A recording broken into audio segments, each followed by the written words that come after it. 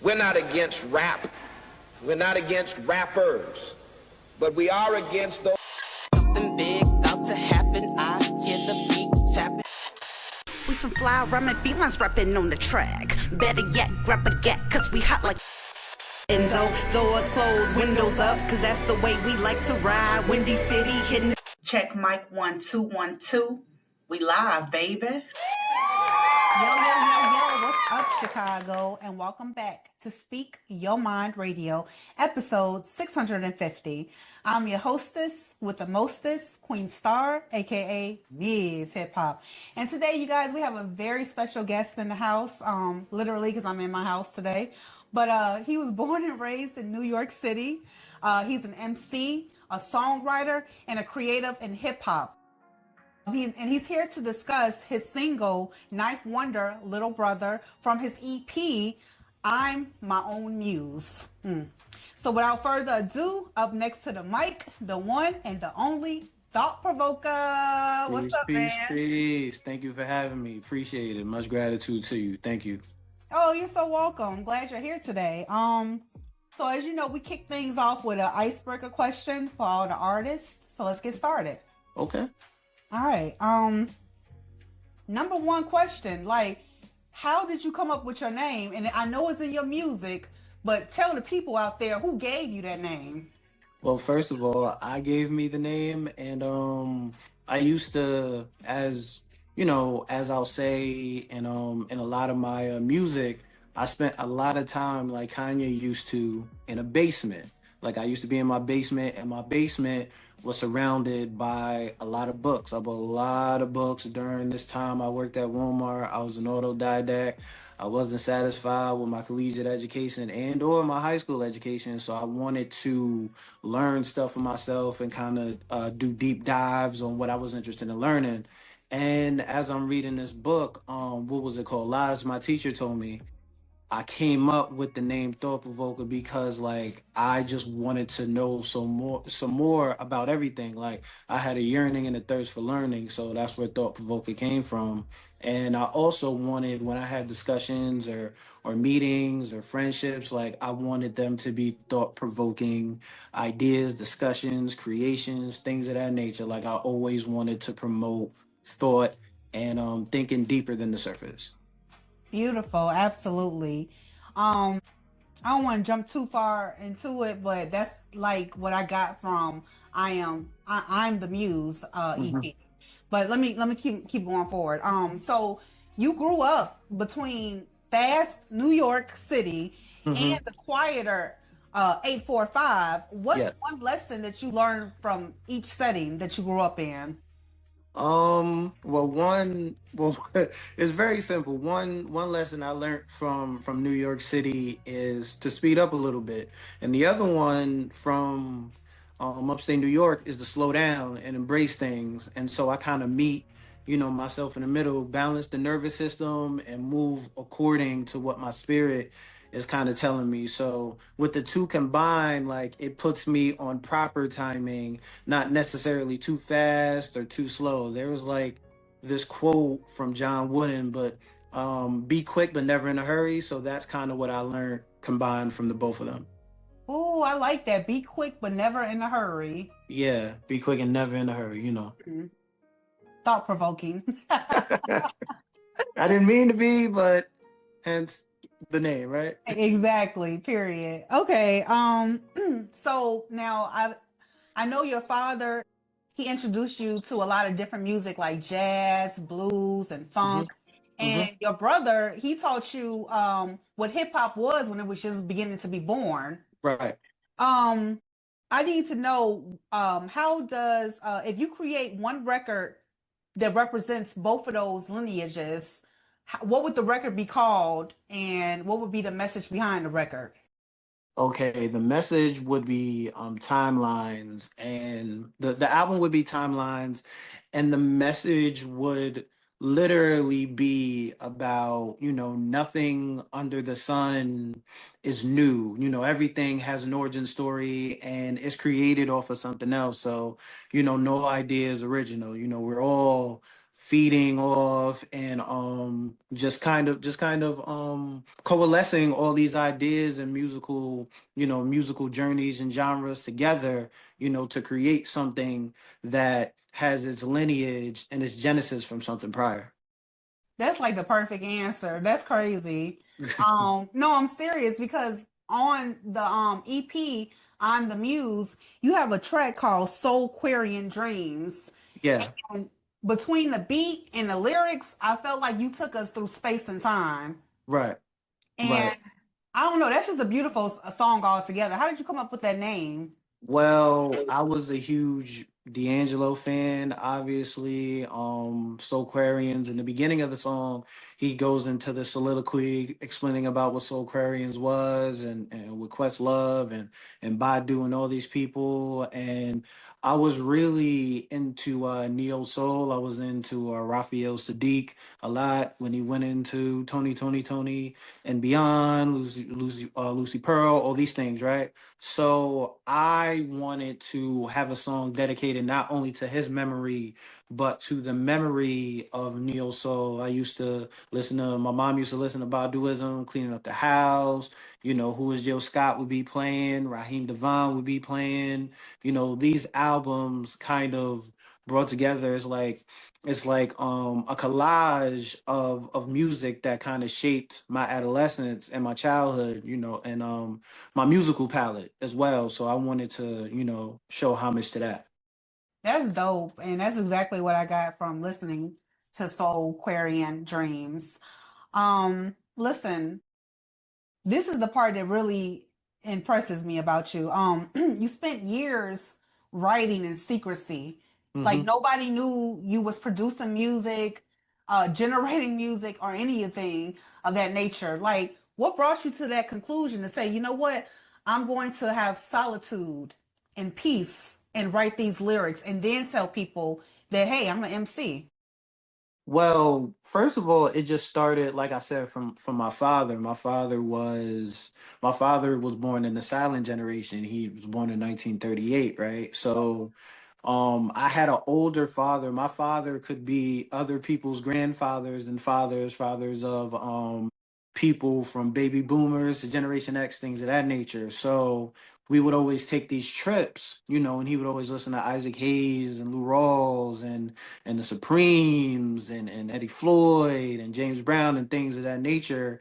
And I would take that and I would listen to samples of music and take that music and be like, oh man, I know that sample because I heard it in the car. This combined with this. And another caveat to that is I always enjoyed solitude and peace. And, I don't know how, in depth people are with astrology, but the 12th house is the house of secrecy and being within yourself and sort of those things being hidden from the general public. And being a Venus Gemini myself, in solitude is where I feel the best and the greatest. And I used to take all this I was reading and all these things that were just being poured into me and started putting it down on lyrics. And when I would do so, like I felt powerful and I felt like this is what I want to do with my life. And I wanted to make sure that my craft was up to par with some people in the underground that I really respected, like Sky Zoo, like a Torre, like Blue, like Connie Linguist, Crit, people of that ilk. And I wanted to make sure that when I was ready to go and put myself out there, that I can line up, that I can say my lyricism is of that ilk and of that class. Definitely, definitely. You are ill when it comes to the lyricism. You put me in the mind frame of Lupe Fiasco, Common, Kanye when he was just first starting off. You know that good music, Right, and right. you don't cuss, and if you do, it's very seldom. Yeah, yeah, And yeah. I appreciate that about you. Thank you so much. Thank you so much. I'm trying to make my that came from also my father. My father, he didn't really like, you asked him literally you'd ask him who's his favorite rapper, he'd say Isaac Hayes. So he really didn't listen to hip hop at all. But I caught him listening to a CD of mine. It was very rough, the engineering was really bad, but he was listening to it and he was like, I can appreciate the fact that you didn't curse. So I try to keep the profanity and the N word like at a minimal. Sometimes, profanities and racial epithets that we grow up, you know what I mean? It's for us. It's our Mhm. words, That's right. you know what I mean? Are necessary for description, but I try to use it in a minimal fashion. And I also try to, delve into, my expansive vocabulary and use other Yeah, words that can be used for description other than, profanities or the N word. definitely, definitely. Okay, I want to get into this project. You wait, you have 25 projects underneath your belt. Yes. And you've clearly chosen consistency over chasing trends. We know Mhm. that. Yes. So, is there one project in your catalog that you feel that the underground has overlooked, but you feel is number one best work of yours? Ooh, that is a great question. I would say, hmm.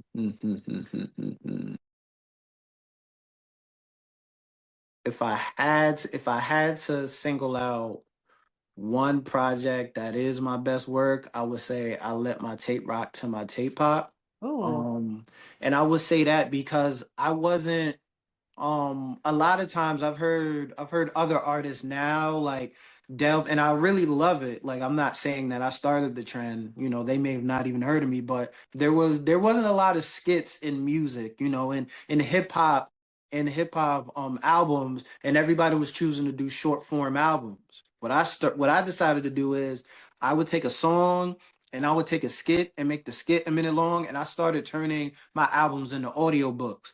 And I wanted to try to hold people's attention for an hour, and I did that intentionally to stray away from just, this cookie cutter dopamine fixed truncated type of listening that you hear from people in order to keep yourself in the algorithm. I totally wanted to do my own thing, to be original, to be unique, and I think that album achieved that with skits. With my homie Benji was on it, very funny, some comedy on there, along with the lyricism and the music quality of it, the mixing and mastering of it as well. I feel like that's my best project because I totally went against the grain with that. And another one similar, I let my tape rock to my tape pop.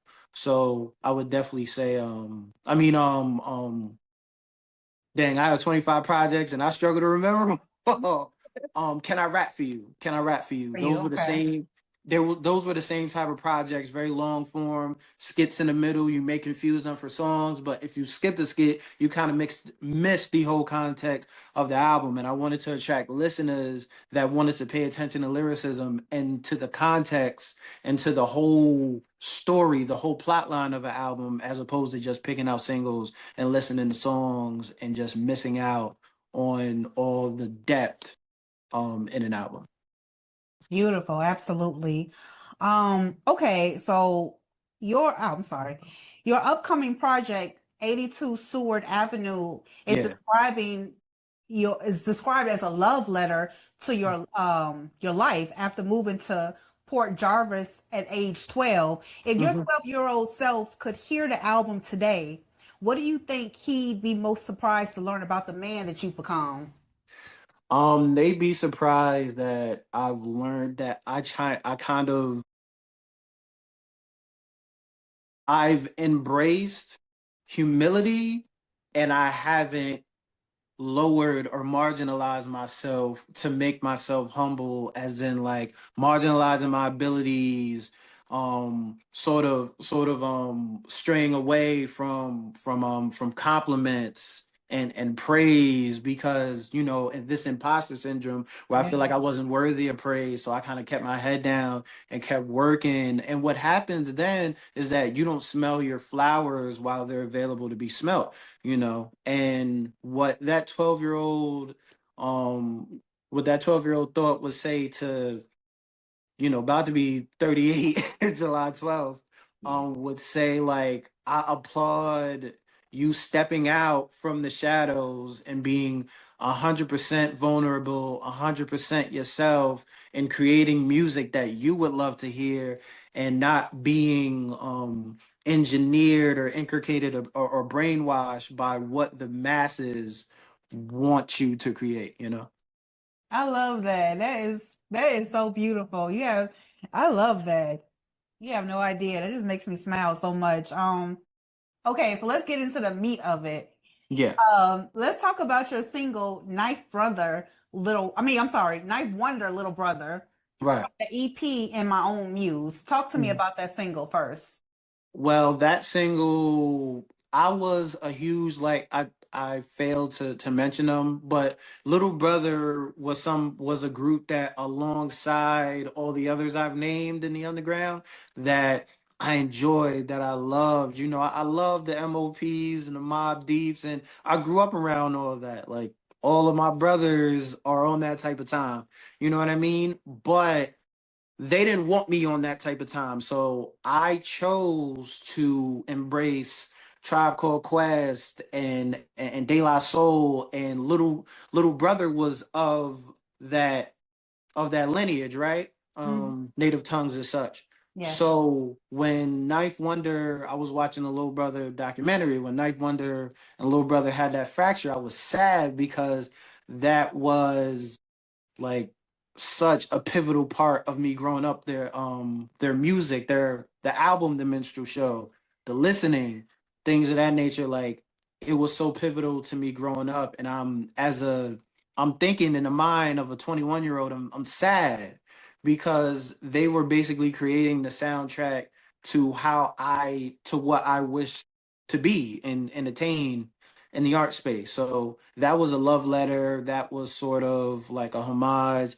And that was me pouring out sadness. Like they won't get together again, like ever. We won't hear any Yeah. music from all of them. You know, the when I say in the hook that I won't get another joint with three of them on, damn, like I'm really sad and depressed that I won't get music from all of them, even though like individually I love all of them.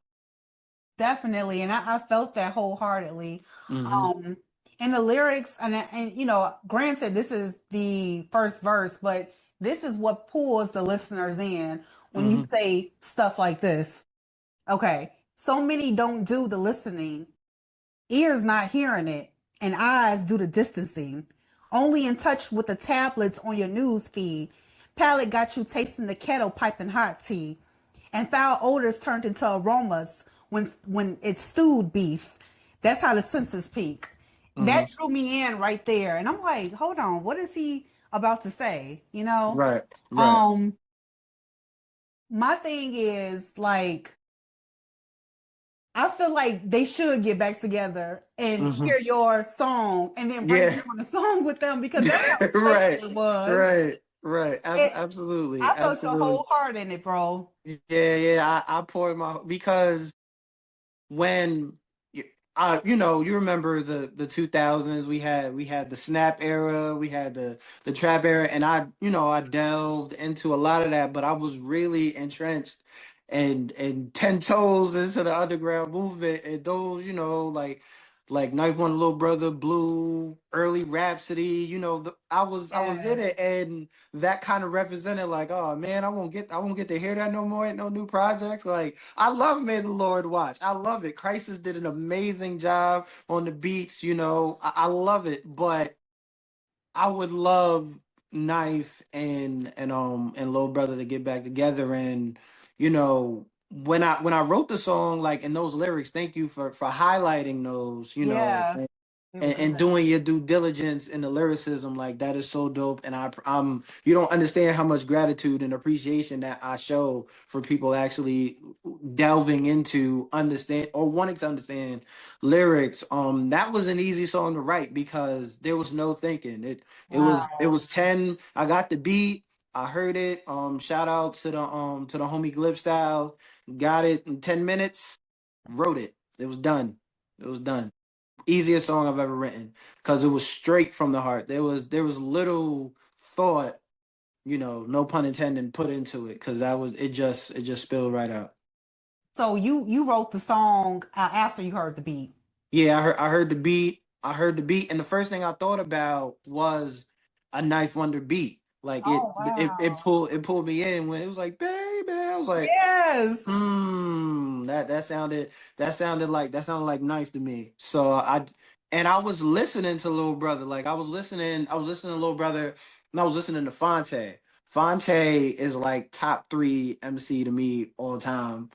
I think Fonte is dope not only in hip hop but as an R&B singer. The Eric Roberson, him and the Eric Roberson project, like him writing plays and comedically, like just all around virtuoso. Like so for me, me listening to Fonte is like daily listening practice. It's sort of like doing your meditation, or saging, or praying or chanting. Like I need to listen to that because that to me is grown man rapping. As a grown man, like that's something I can relate to.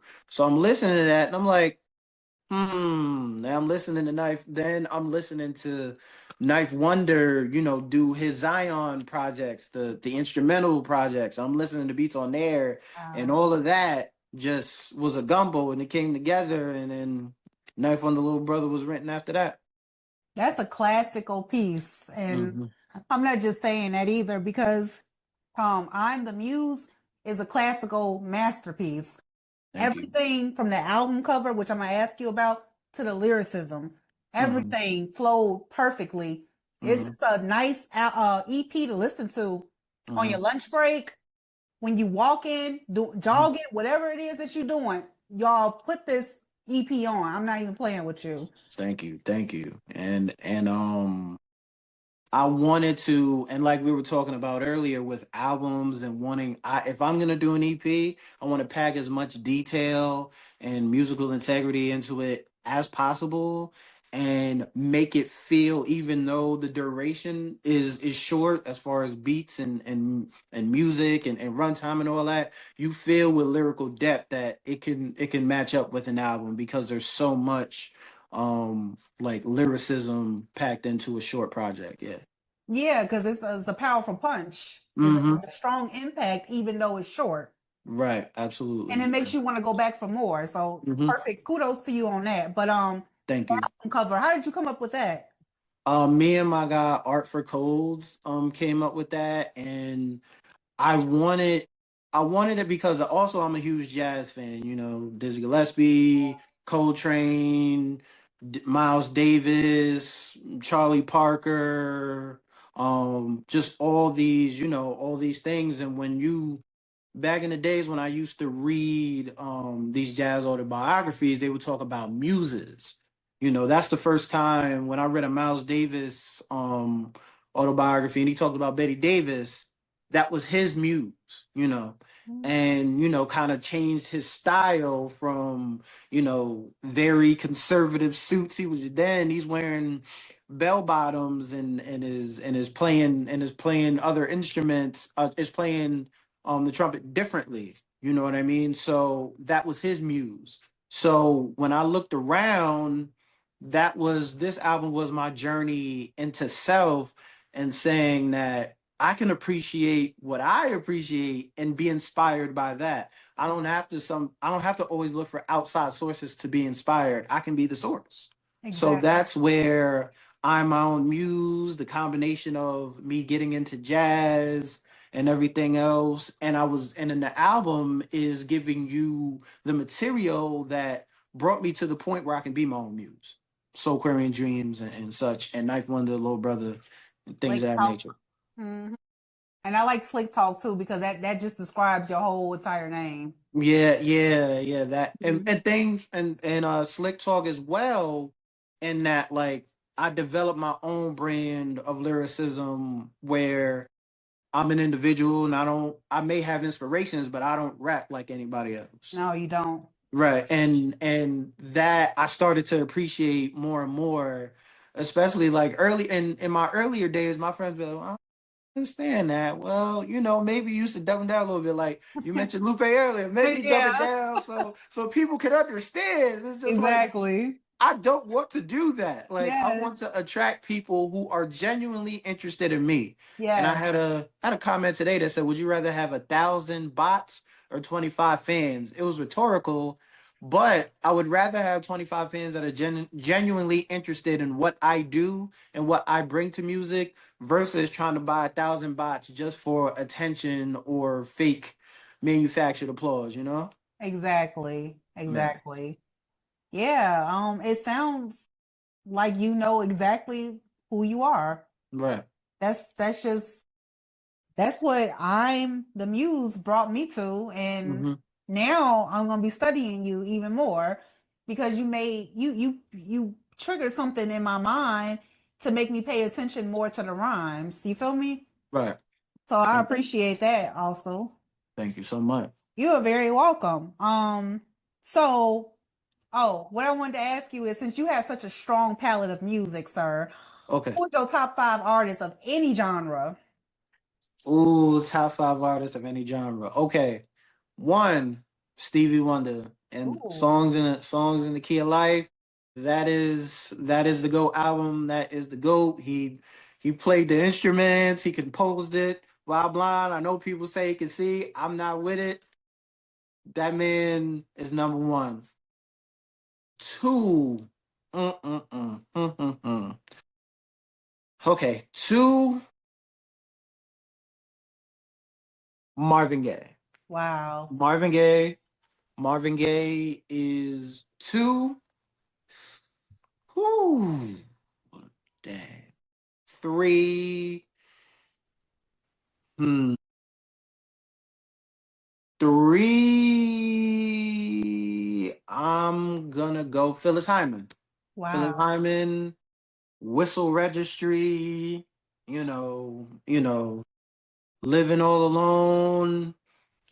Oh my God. Like her her octaves, crazy. Like I love me some Phyllis Hyman. Um, hmm. Earth, Wind and Fire 4. Definitely a band got me into instrumentation, got me into, you know, delving into lyrics. You think Reasons is about one thing and it's about something else. You read the lyrics, it's about you're thinking it's a romantic song, but it's about a one night stand. So I'm like, that made me be like, oh, so maybe I should pay attention to lyrics. Okay, five. Yeah, this is hard. You're so funny. Whitney Houston. I love Whitney Houston, and I could have picked somebody else. I could have went with, they play instruments and they write their own music and they arrange it, and nah, it's just the voice. That instrument, the instrument of the voice. I was gonna say Miles Davis or Charlie Parker Uh, for improvisation, but Whitney Houston just screams, like, even though like people say she doesn't write her songs, she's written or she doesn't produce, but you don't a lot of people don't have the instrument or the voice like a Phyllis Hyman and a Whitney Houston, and I have to have those top five as my favorite voices. that was extraordinary top five, y'all. Mhm. And we're not just talking about hip hop, but underneath all that is something more solid and strong, you know? Yeah. Yeah. And those are the foundations for hip hop. Those are Yeah. those are the foundations for pardon me. Those are the foundations for hip hop. Earth, Wind and Fire is an immense foundation for hip hop, as is Stevie Wonder. So, Absolutely. you need those to build off of, and James Brown as well. He'd have been in my top 10, but you need all those to make what hip hop is today. Exactly. And you shocked me with Stevie Wonder and Whitney too, I ain't gonna lie. But Mhm. Stevie Wonder was just at the in Chicago before Mhm. at the opening of the Chicago Obama Center, the museum, Mhm. along with other artists. So I just thought that was pretty cool. He's getting his flowers finally, like Yeah, he continuously. should. Yeah, Yeah, he should. He should definitely. definitely. So what's next for you, Thought Provoker? Like what you got going on? I'm finishing up 82 Seward. Man, it's such a personal and emotional project. I'm releasing it July 26th. It is a Sunday, but it's also my father's birthday, so that is a note to him and to my mother and to a place that, after moving around from the city, from upstate back to the city, that one of the first places I got to call home. I'll be performing July 25th in Queens. Wow. So I'll be performing then. August 20th, I'll be in Brooklyn performing as well. And Dang. in between that, I'll have another project with King Virtu, 8-track project. It'll be Cool. called Why Don't well, tentative, but why can't I put this on my iPod? And it's a whole theme about basically we used to put songs on our iPods back in the day to listen to for a duration and entirety. You'd put a whole album on an iPod, and it feels like today we make music for playlists as opposed to making music for iPods. So it's another play on attention spans, dopamine fixes, and immersing yourself and staying present in music. So, why don't we why don't we put music on our iPods will be the tentative title. It may change, but that's the tentative title and idea. I love it. Absolutely. And I look forward to listening to it as well. And Thank you so I want to much. wish you a very, very happy birthday. Thank you. Do your thing in the next 2 days and celebrate the rest of your life, bro. I absolutely will. I absolutely will. I'm grateful that I got to this age and retain the wisdom and lessons that have propelled me to this state, the trials, tribulations, pitfalls. So I'm just blessed and grateful to get to this point. A lot of people did not. Definitely. Is in my good intent to come see you do a show one day, wherever you are. Hmm. It's also my good intent. I always say I'm gonna wait till after the show to say this, but you're invited to come out to Chicago and to do an in-person studio interview with me Hmm. whenever you find yourself in Chicago. You feel me? Absolutely. And we can Absolutely. go over 82 Stewart Avenue. Hmm. We can go over whatever project you got going on. I'm invested. Got you. Thank you so much. And my wife, she has her roots in Chicago. She went to Hey, college out in Chicago, good. So, she's been dying to go out there, and take a trip with the kids. So Yeah. that is something that can definitely be set up. That'll be something she'll be elated to do, to go to Chicago. So I'm not just this not just lip service or talking. Like I definitely can make that happen, and it would make her whole world to go out to Chicago. Well, I look forward to seeing you and your lovely wife and kids. Thank you so much. Thank you. You're welcome. Well, thank you for blessing the mic today, sir. Thought Provoker. Thank you, Chicago, for tuning in as always. And thank you, New York City, for tuning in too. I love you all and see you next week. Peace. Peace, peace.